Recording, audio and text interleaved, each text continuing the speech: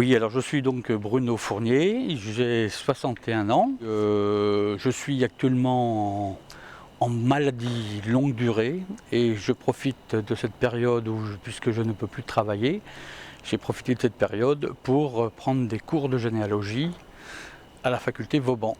Eh bien, je m'appelle Pascal Champiot, j'ai 56 ans, j'ai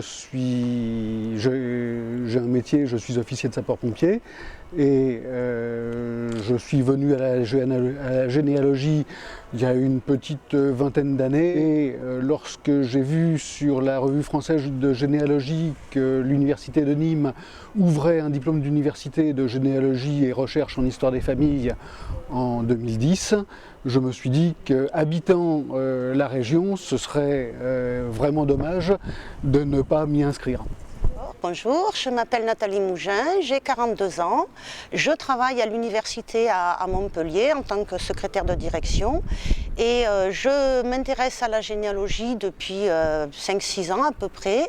Je fais partie d'une association qui est le Cercle généalogique du Languedoc et en octobre dernier, par rapport à l'association, j'ai appris que ce DU allait être créé et donc j'en ai profité pour m'inscrire et ça m'a permis déjà de connaître plus de choses et d'approfondir en fait mes connaissances. Nous sommes 12 élèves dans la formation, répartis sur l'ensemble du territoire français et avec des âges différents allant de 25 ans à plus de 60 ans.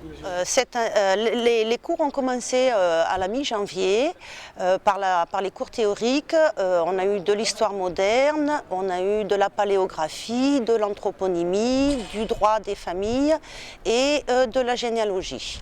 Et en fait, ça m'a beaucoup apporté, déjà par rapport à l'histoire, connaître l'histoire de France, les différents changements de départements, savoir à quelle époque les départements étaient français ou ne l'étaient pas, par rapport à la généalogie, connaître les différentes sources, parce que je n'étais jusqu'à présent pas allée dans des archives. Je travaillais beaucoup par Internet pour ceux qui sont en ligne, et du coup, ça m'a permis de connaître les différents documents à consulter et les différentes sources. Alors ce que j'ai retenu, ce que j'ai retiré de cette formation, c'est un petit peu un approfondissement de mes connaissances historiques, c'est surtout un approfondissement phénoménal de mes connaissances, je n'oserais pas dire de mes compétences en paléographie, puisque c'est vraiment le point sur lequel nous achoppons tous et qui permet vraiment de pouvoir remonter dans le temps. Oui, alors on a trois travaux pratiques qui nous ont été demandés. Et le premier était l'étude et la recherche généalogique sur un poilu mort pour la France qui était inscrit sur sur le monument aux morts de notre commune. Et donc on devait effectuer toutes les recherches d'informations sur sa famille, sur sa descendance et sur son ascendance.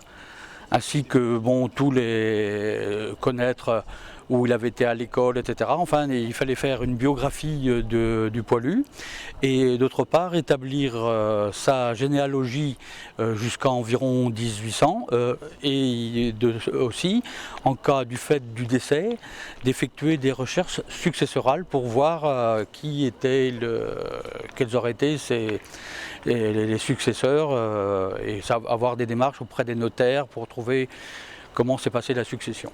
Comme tout généalogiste, on doit apporter la preuve de notre date avec des actes certifiés pour ce qui est de la descendance. Les étudiants de la première promotion ont souhaité qu'il y ait une association qui regroupe à la fois les étudiants des différentes promotions, donc intergénérationnelles on pourrait dire, et également les enseignants, d'une part parce que nous avons constaté que nous sommes issus d'horizons géographiques très différents et nous souhaitons d'une part conserver le contact entre les différents étudiants et entre les différentes promotions, mais également nous entraider dans les recherches généalogiques que nous aurons à faire au fil du temps, plutôt que d'avoir des déplacements longs et coûteux à faire dans un endroit où il y a un autre étudiant de la promotion, autant recourir à lui et avoir cette entraide qui puisse nous faciliter les choses. J'ai appris beaucoup de choses lors de cette formation et je pense éventuellement pouvoir m'en servir professionnellement en deuxième activité en fait. D'accord, pour devenir généalogiste professionnel. Voilà, tout à fait. Mais en deuxième activité, je garderai toujours mon travail principal à l'université. S'ils ont envie de venir s'inscrire, ça vaut la peine, ça dépend du niveau, mais pour ma part, à mon âge, on ne rentre pas à l'école primaire, c'est de haut niveau. Les cours ne sont pas toujours faciles et il y a du travail et beaucoup de travail. Et arrivé à un certain âge, on enregistre un peu moins facilement que quand on est plus jeune. Mais c'est possible. Mais c'est possible.